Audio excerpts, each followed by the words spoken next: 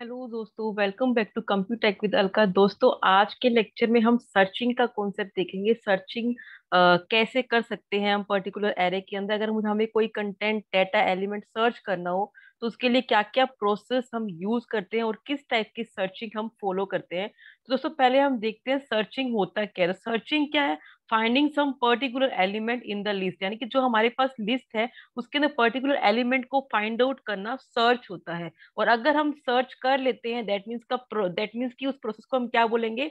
Successfully execution, यानी successfully found the element. ठीक है, अगर हम सर्च को जो लोकेशन है पर्टिकुलर उसे फॉलो फाइंड आउट नहीं कर पाते हैं तो उस केस में वो क्या होएगा? वो रिजल्ट हमारा अनसक्सेसफुल हो जाएगा। ठीक है, तो यहाँ पे सर्चिंग हम टू टाइप से करते हैं। एक लीनियर सर्च होता है, एक बाइनरी सर्च होता है। अब कॉन्सेप्ट देखते हैं लीनियर सर्च क्या होता है। तो डायरेक्टली स्टार्ट करते हैं लीनियर सर्च से।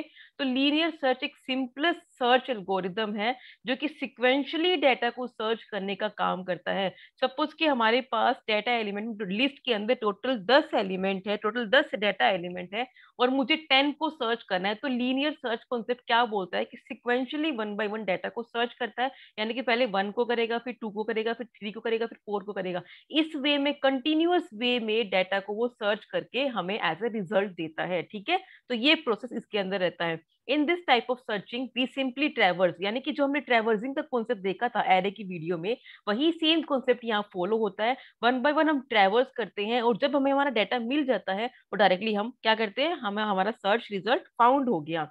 अगर हमारा सर्च रिजल्ट मिल जाता है तो पर्टिकुलर लोकेशन मिलती है हमें वहां पर। आप लोग ये नोट डाउन करें बात यहाँ पर कि हम यहाँ पर सर्चिंग क्या कर रहे हैं। अगर हमने जो भी डाटा एलिमेंट हमने एंटर किया है और हम पर्टिकुलर सपोज कि मैंने 33 डाटा एलिमेंट एंटर कर रखा है और वो 33 की कोई 33 ही फाइंड आउट करना है, तो 33 को वो ये बताएगा कि 33 आपका इस लोकेशन पर अवेलेबल है। यानी कि 33 आपका कंटेंट अवेलेबल है, यानी कि वो लोकेशन आपको फाइंड आउट करके देते हैं, लोकेशन सर्च करके देते हैं। ठीक है, और अगर एल्गोरिदम में आपका कंटेंट नहीं मिलता है, आपका डेटा में एलिमेंट नहीं मिलता है, तो वो क्या रिटर्न करते हैं? उस केस में वो नल रिटर्न करते हैं। तो लीनियर सर्च की अगर कॉम्प्लेक्सिटी की बात करें तो linear search use to first first हम ये डिस्कस करते हैं। अनऑर्डर्ड लिस्ट पे भी ये काम करता है, which is not which the item are not sorted. तो लीनियर सर्च क्या करता है? अनऑर्डर्ड लिस्ट पर काम करता है। यानी कि अगर आपका जो डाटा एलिमेंट है लिस्ट के अंदर, अगर वो असेंडिंग या जैसे कि हम बोल सकते हैं ऑर्डर्ड लिस्ट में नहीं है, अनऑर्डर्ड लिस्ट में है, तो लीनियर सर्च उस वे में मोस्टली यूजफुल है as compare with binary search, क्योंकि binary search only ordered list पे काम करता है। तो बाइनरी सर्च के कंपैरिजन में अगर ये पॉइंट हम देखें तो linear search is much better than binary search. अब कॉम्प्लेक्सिटी की बात करते हैं। तो कॉम्प्लेक्सिटी का टॉपिक हमने डीएस के स्टार्टिंग की वीडियोस में देखा था कि हम कैसे फाइंड आउट करते हैं। लाइक कॉम्प्लेक्सिटी होता क्या है? हमारे इसमें दो मेन एस्पेक्ट्स आते हैं, time complexity and space complexity. Time complexity ये बताता है कि हमारे प्रोग्राम को एग्जीक्यूशन के लिए कितना टाइम लगेगा। स्पेस कॉम्प्लेक्सिटी ये बताता है कि हमारे प्रोग्राम को एग्जीक्यूशन के लिए कितना वो स्पेस कंज्यूम करेगा।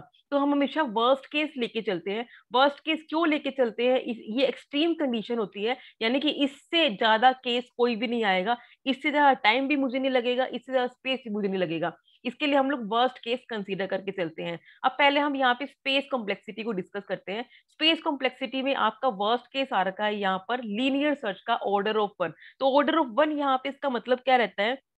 जैसे ही कोई पर्टिकुलर आइटम को मैं सर्च करना चाहती हूँ, टोटल 10 एलिमेंट है और 10 में से मैं फिफ्थ वन को सर्च करना चाहती हूँ।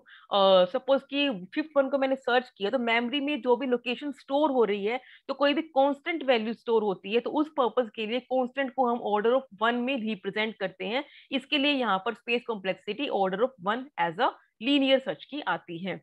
बेस्ट केस का केस क्या? बेस्ट केस का मतलब क्या रहता है? जो भी मैं सर्च करना चाहती हूँ, स्टार्टिंग की पोजीशन पे ही मुझे उसका कंटेंट अवेलेबल मिल जाए। स्टार्टिंग की पोजीशन पे ही वो सर्च मुझे जो भी प्रोसेस हो जाए, तो उस केस में क्या होएगा? यानी कि फर्स्ट वैल्यू पे ही मुझे मिल गया, यानी कि कोई पर्टिकुलर कांस्टेंट वैल्यू है और कांस्टेंट को मैं रिप्रेजेंट करती हूँ वन से, तो इसके लिए ऑर्डर ऑफ वन यहाँ पर ये कॉम्प्लेक्सिटी आती है। एवरेज केस का मतलब क्या होता है? ना स्टार्टिंग में ना एंड में, यानी कि मिडिल कहीं भी हमें डाटा अवेलेबल मिलता हो, यानी कि जैसे कि डाटा मिल गया है तो कितना टाइम हमें लगा, यानी कि मैक्सिमम एवरेज टाइम हमें लगा है, तो उस केस के लिए एवरेज कॉम्प्लेक्सिटी लेते हैं। और वर्स्ट केस यानी कि जो पीक टाइम होता है वो इसमें हम कंसीडर करते हैं। तो worst case order of N यहाँ पर क्यों आया? ऑर्डर ऑफ एन यहाँ पर इस पर्पज से आया कि नंबर ऑफ एलिमेंट, अगर मेरे यहाँ पर सर्चिंग में एन नंबर ऑफ एलिमेंट है तो मेरे को searching up to the N तक करनी पड़ेगी, इसके लिए यहाँ पर order of N as a worst case आया है।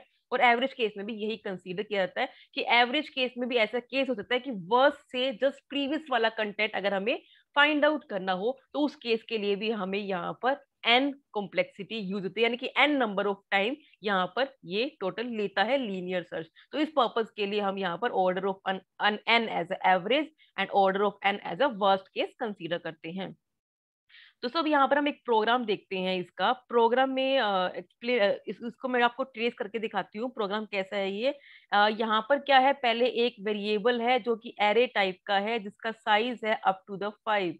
ठीक है, यानी कि 5 एलिमेंट के अंदर हम लोग क्या करेंगे, सर्चिंग करेंगे। फिर एक वेरिएबल लिया है जे, ठीक है, जो डेटा को एंटर करने का काम करेगा। फिर एक वैल्यू लिया है, वेरिएबल लिया है जिसका नाम है वेल, यानी कि पर्टिकुलर आपको किसको सर्च करना है। एंड नेक्स्ट एक के वेरिएबल लिया है, ठीक है, और लूपिंग पर्पस के लिए। ठीक है, सबसे पहले क्या है, एंटर द 5 नंबर। तो इसमें फर्स्ट स्टेटमेंट क्या एग्जीक्यूट हो रही है, enter the 5 number with the help of J. हम लोग आई का एरे चलाएंगे, एरे ऑफ आई है जो with the help of J हम लोग डाटा को एंटर करेंगे। तो जे में हम वन बाय वन क्या कर रहे हैं, जे को 0 से स्टार्ट कर रहे हैं। तो जे आई ऑफ 0 में क्या आ गया, आई ऑफ 0 में यहाँ पर सपोज कि मैं कोई वैल्यू एंटर कर देती हूँ 11। ठीक है, तो पहले जे में क्या आ गया, 11 आ गया। अब सिंपल एग्जीक्यूशन है फॉर लूप का। जे की वैल्यू स्टार्टिंग में कितनी है, जे की वैल्यू स्टार्टिंग में है 0। ठीक है, अब देखो J 0 is less than equal to 4, condition true है, इसके अंदर आ गए।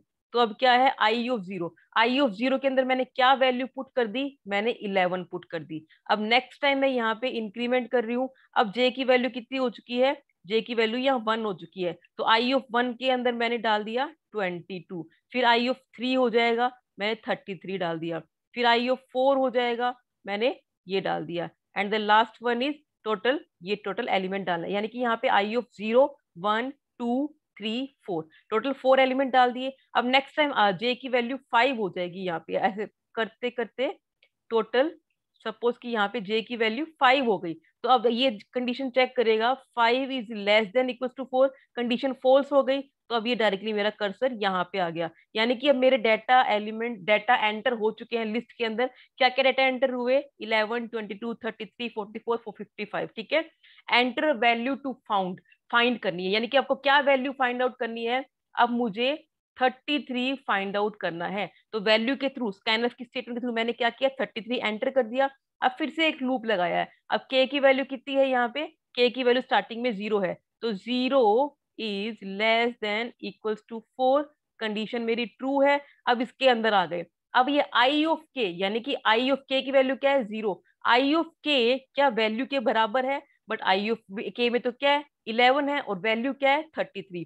तो ये बराबर नहीं है, तो मेरा कर्सर कहाँ पे आ जाएगा, इस लूप से यहाँ पे जो इफ की कंडीशन है, लूप से नहीं, इफ की जो कंडीशन है इससे यहाँ पे आ गया। अब नेक्स्ट इंक्रीमेंट लग जाएगा। अब के की वैल्यू कितनी होगी, के की वैल्यू यहाँ पे क्या हो चुकी है, 1 हो चुकी है। फिर से कंडीशन चेक करेगा, 1 is less than equal to 4, yes condition is true. तो I of 1 is equal to value, I of 1 के अंदर क्या है अभी 22। क्या 22 33 के बराबर है, नहीं है। फिर से यहाँ पर आया, फिर से के का इंक्रीमेंट लगा। अब के की वैल्यू कितनी हो चुकी है, 2 हो चुकी है। 2 is less than equal to 4, yes condition is true. अब आई ऑफ 2, आई ऑफ 2 की वैल्यू क्या है, आई ऑफ 2 की वैल्यू 3 है। क्या आई ऑफ 2 इज इक्वल टू 3 है, 33 है, यस कंडीशन इज ट्रू। तो इफ के अंदर आ जाएगा, और क्या लिखा हुआ आएगा, value found at this location, और के थ्रू हमने उसको प्रिंट करवा दिया, यानी कि आपको आपका आउटपुट यहाँ पर मिल चुका है। ठीक है, तो ये कॉन्सेप्ट है इसके अंदर। अब ये वाली लाइन एग्जीक्यूट हो गई और डायरेक्टली आपका प्रोग्राम ब्रेक हो जाएगा, कंप्लीट हो जाएगा। ये सिंपल सा वे है लीनियर सर्च को एग्जीक्यूट करने का। अब इसको मैं आपको प्रोग्राम में भी करके दिखाती हूँ, एग्जीक्यूशन कैसे होता है वो भी हम यहाँ पर अभी देख लेते हैं।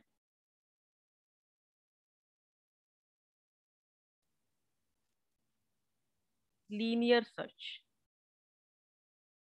डायरेक्टली एग्जीक्यूशन देखते हैं, क्योंकि प्रोग्राम आपको एक्सप्लेन कर चुकी हूँ। एग्जीक्यूशन में एंटर 5 नंबर्स, 5 नंबर बोला है, ठीक है। ये नंबर डाल दिए मैंने। एंटर वैल्यू टू फाइंड, तो मैं 3 को फाइंड आउट करना चाहती हूँ। वैल्यू फाउंड एट 2 लोकेशन, यानी कि मैंने फाइंड किसको किया है, 3 को किया है, बट 2 पे मिली है। क्यों मिली है? क्योंकि 11 एरे हमेशा मेरा 0 से स्टार्ट होता है, तो एरे 0, 11 0 पे है, 22 1 पे है, और 3 2 लोकेशन पे है। तो आप यहाँ पर ये आउटपुट देख सकते हैं।